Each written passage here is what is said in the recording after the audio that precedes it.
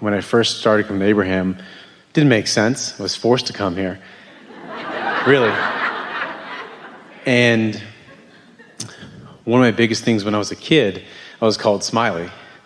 And I was really, really happy. Things always just worked out. And then in my 20s, teenage and 20s, I tried to figure out why that was. And, when I was a kid, I think I understood the purpose of life was to have fun. And as I started digging more into metaphysics and reading, and it became more about sort of trying to manifest success, and maybe it's more about accomplishments. We just want to jump in really briefly with one word. From our perspective, the utter definition of success is joy in this moment. So satisfaction is the success that you're looking for, and every other kind of success will follow that. The success of alignment with who you are then connects you with the success of everything that you've asked for too. But if you're looking for anything other than that, then you get off track pretty easy. Yes.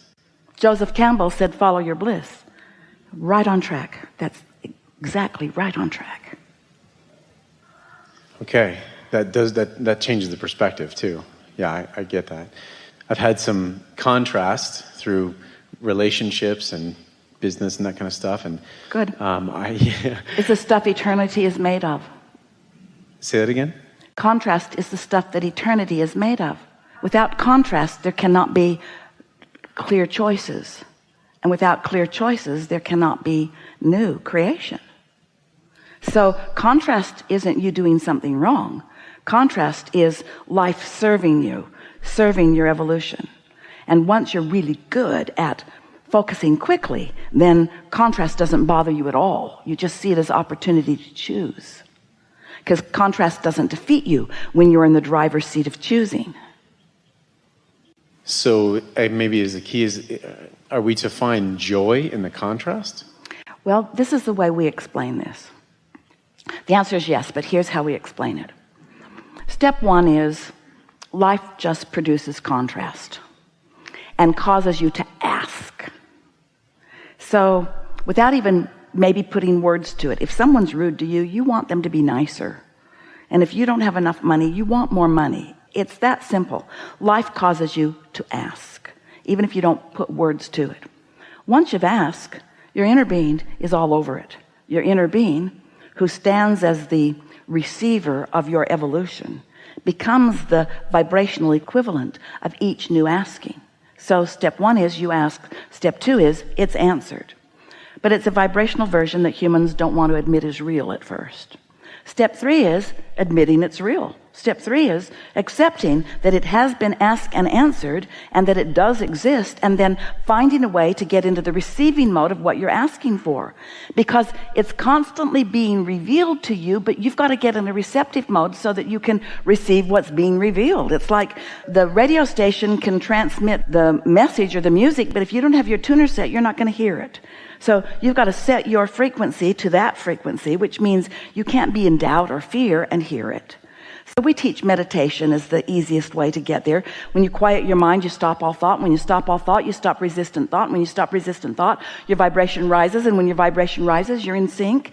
And so now you're in the receptive mode. So step one is ask. Step two is answered. Step three is receive. And step four is getting real good at that.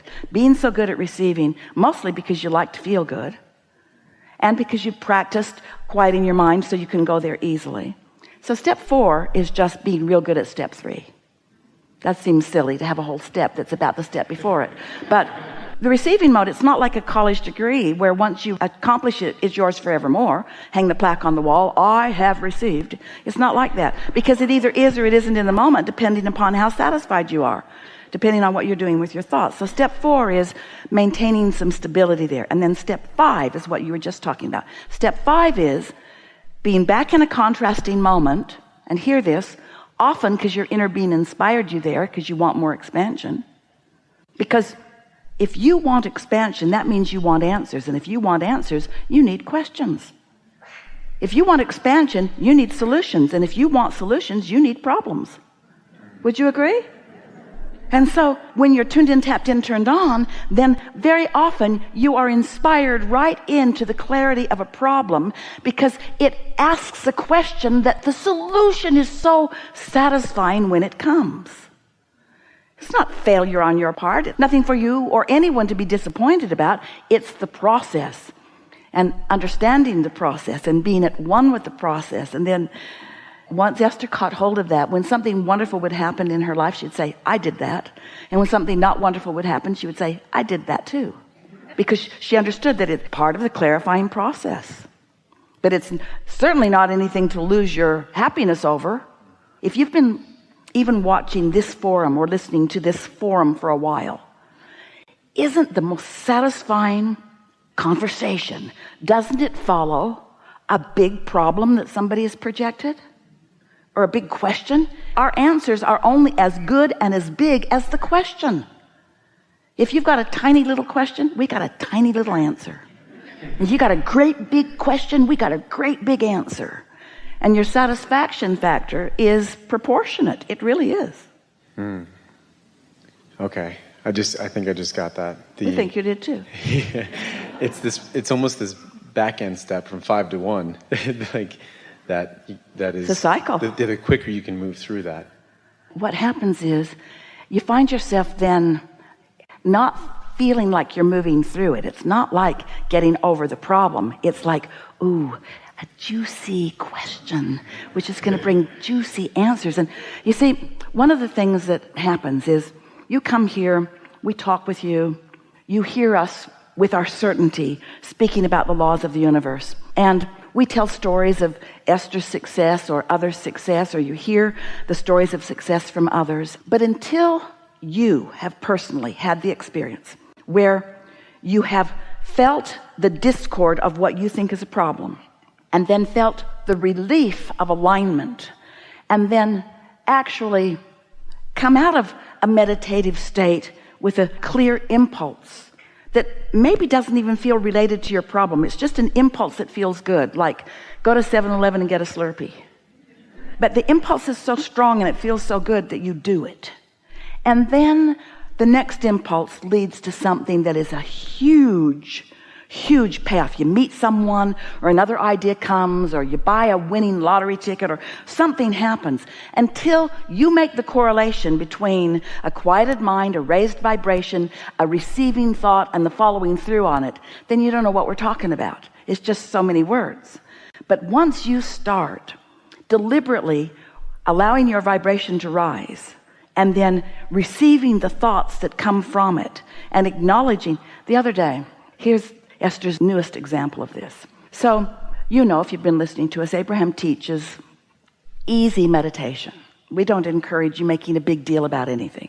In fact, we say, listen to the air conditioner, and if you do, and you can just isolate that sound, your thoughts will stop, your vibration will rise, and you'll have a meaningful moment with us. And some people get that and do it, and some people think, oh, there's got to be more, and don't even try. But it's what we mean. It's how Esther does it. It's how Esther has always done it. So the other day, they were in Asheville, North Carolina, which is known to be a spiritual community. And friends who Esther met there said, let's go to the Salt Crystal Cave. And Esther thought, oh, a cave. So they went to a building and went to a room.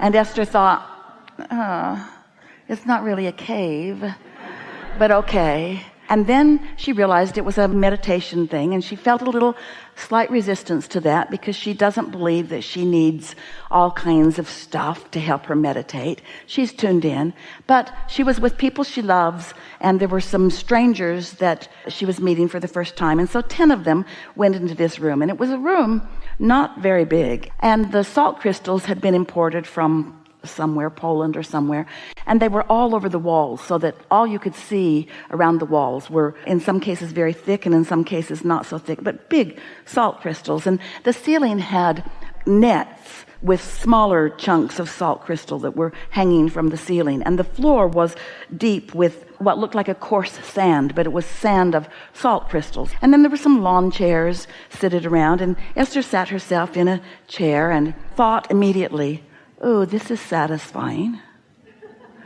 The temperature was perfect, and there was a water fountain dripping, delightful sounds, and the fragrance of eucalyptus was very soft in the room, and music, really quiet, beautiful music. And Esther sat back in her chair and thought, I love this.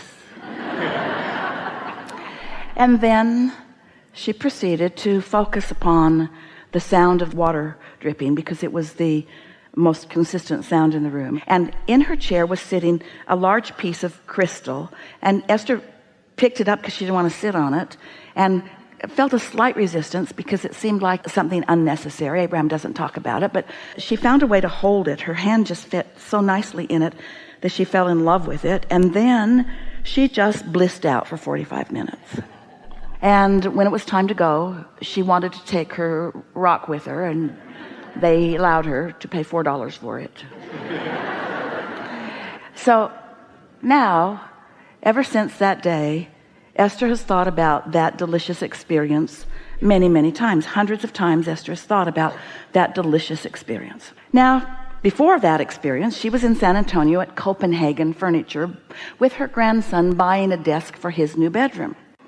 And there was a man there who was helping them make the choices, and Esther and Luke made really wonderful choice. And the salesman complimented Luke to Esther in front of Luke, and Esther really liked that. This is really a wonderful young man, he said, and Esther knows that, but she really likes that he knows that, and she liked that Luke knew he knew that. So Esther has another little love affair going on with a stranger, and then she went back with Tracy a few days later and bought some bar stools and met somebody else who knew Esther, and then she went back a few days later and bought some more bar stools, and now this man is there, and he says to Esther, do you mind if I take your phone number and call you? And Esther said, no, I don't mind. So she gave him her number. He said, I have something I want to talk to you about. So now Esther is in the office supply store, and she gets a phone call from this man, and he says, Esther, I want to build a crystal salt cave in San Antonio. And Esther said, of course you do. Nothing else makes sense. There's no thought that's been more active in my mind over the last several days. In other words, when things like that happen to you, you know how loved you are. You know how well the universe is managing things for you. You understand the continuity of things. And so. Now, Esther may not break ground. She's got 40 acres and plenty of places for a salt crystal cave, maybe really a real cave, maybe even a cave that isn't in a building. In other words, there are all kinds of things that are coming to mind about it. She's often running with more pleasure for the sake of pleasure. This is how it works, you see. You don't have to do the work. The universe has got all the data. The universe knows everything you want, everything that everybody else wants, and where everything that they want and who they are in relationship to you, and will line you up with it. You just got to know that and be having fun with your grandson buying a desk in the process.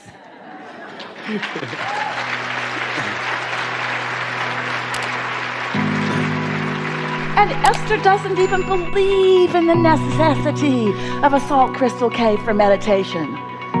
She just liked it. She might be the only one who ever goes in it.